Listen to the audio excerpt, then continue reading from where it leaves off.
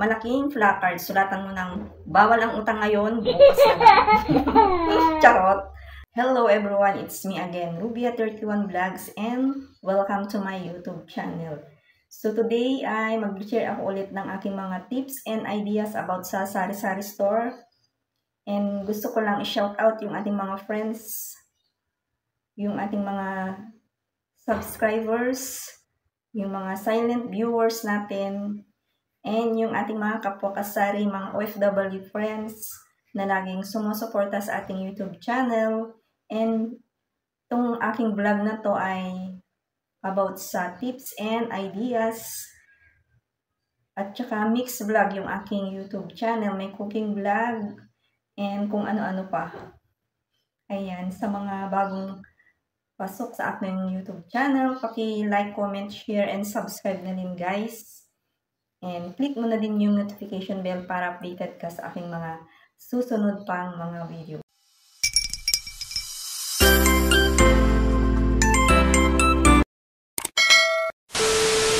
So ito yung ating pag-uusapan ay tungkol sa kung paano natin mapalago yung ating tindahan sa simpleng pamamaraan. So based on my experience guys, kasi 18 years na akong may sari-sari store, and isi-share ko sa inyo kung ano ba yung mga dapat natin gawin at pakikitungo sa ating mga customer. So number 1 tips ay kailangan maganda yung arrangement or pagka-display ng iyong mga paninda. Dapat ilagay mo yung mga paninda mo na nakikita ng mga bata, gaya ng mga biskwit, tinapay, gummies, chichirya, yan yung mga lollipops, chocolates, mga marshmallow. Ayan, ilagay mo dun sa harapan ng iyong tindahan yung mga ganong mga paninda. Para pag may mga dumaan dyan, ayan, nakikita yung mga bata na yan at babalik-balikan kanila. Hindi lang yung mga bata, pati rin yung mga teenager na yung mga paninda mo ay nandyan na hinahanap nila. Kasi sa mga customer na ngayon ng mga bata, mga teenager, marami na silang hinahanap na mga paninda na gusto nilang bilhin. Kaya dapat ay i-provide mo yun para balik-balikan kanila. Mababa yung presyohan mo kumpara dun sa mga kakompetensya mo para yung mga customer na yan ay pupunta sa iyo. Kasi kung mas mababa yung presyo mo, magiging suki mo na yan. Kasi ganito yung nangyayari dito sa akin guys. Yung mga ibang mga mamimili, kahit kapitbahay na nila yung tindahan, ay sa akin pa rin sila bumibili. Minsan nga naitanong ko, bakit dito pa kayo bumibili? Kapitbahay nyo naman yung tindahan na yan. Ba't hindi kayo doon bumili? Ang sagot ay, ano daw?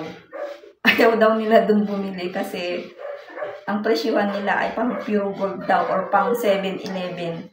Yun yung sagot nila sa akin. Kaya yung mga customer na yun ay sa akin sila bumibili lagi kahit kapitbahay na nila yung meron tindahan.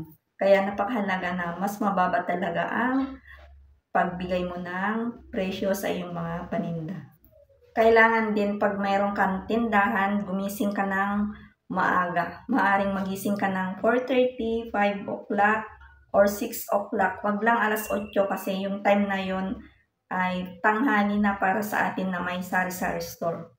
So yung mga ganong oras, mga 6 o'clock or mga 5 o'clock ay marami nang bumibili.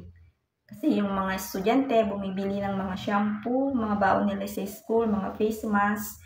Then yung mga empleyado naman, bumibili sila ng mga kape, yosi, mga noodles, and kung ano-ano pang mga kailangan nilang bilhin. Kailangan talaga ay magbukas ng maaga at makadami ng benta. So yun yung napaka-importante guys, yung magbukas talaga ng maaga. O diba?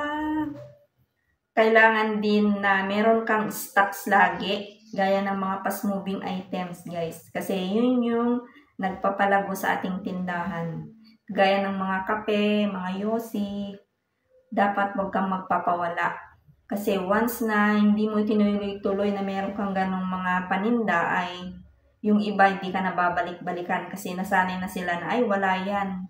Wala namang ganyang paninda nung nakaraan. Doon nala ako sa kabila bibili. Ganon yung mga isipan nila. Kaya kailangan ay yung mga fast-moving items guys ay kailangan mong i-provide lagi.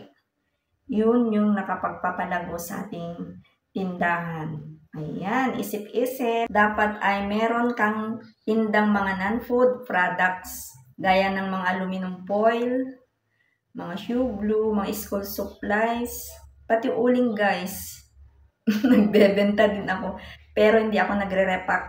Binibili ko na lang siya na nakabalot na siya. Kaya at least kahit konti lang yung tubo doon, pag may naghanap, meron akong ibibigay. Tapos yung mga non-food products na aking binebenta ay in-order ko na lang sa Shopee guys. Para hindi naman ako sobrang mapagod pag pupunta pa ako ng malayo na bibili.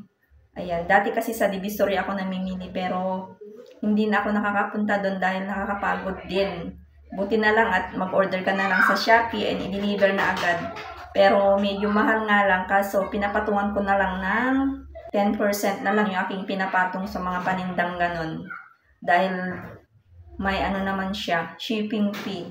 So ganun yung aking ginagawa guys. Dapat meron ka din mga non-food products para yung mga customer na yan ay sa'yo na bibili. Kasi ganun yung nangyayari dito guys. Yung mga customer na nangangailangan ng mga ganon, mga spans, kahit yung may tindahan din sa akin din bumibili. Ewan ko kung bakit ayaw nila magtinda ng ganon.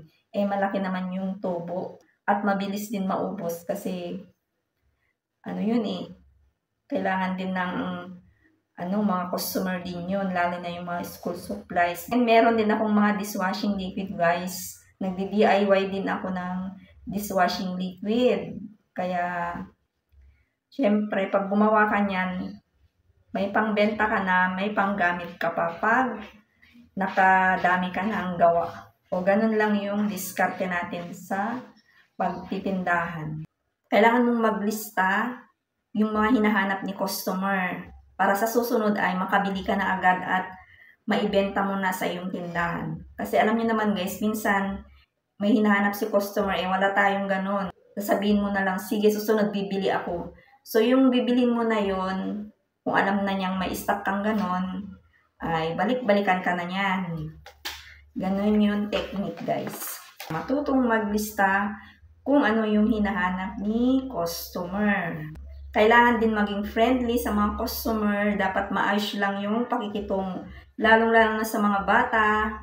Yung mga bata na inutos-utusan ng mga nanay. Minsan bulol pa yan. Hirap intindihin kaya kung ano yung mga inuutos yung mga nanay kayo. Ayan. O diba sinong mga relate dyan? Pero dapat sabihin din ng maayos dun sa bata na sabihin mo sa nanay mo, isulat na lang niya ito para maintindihan ko.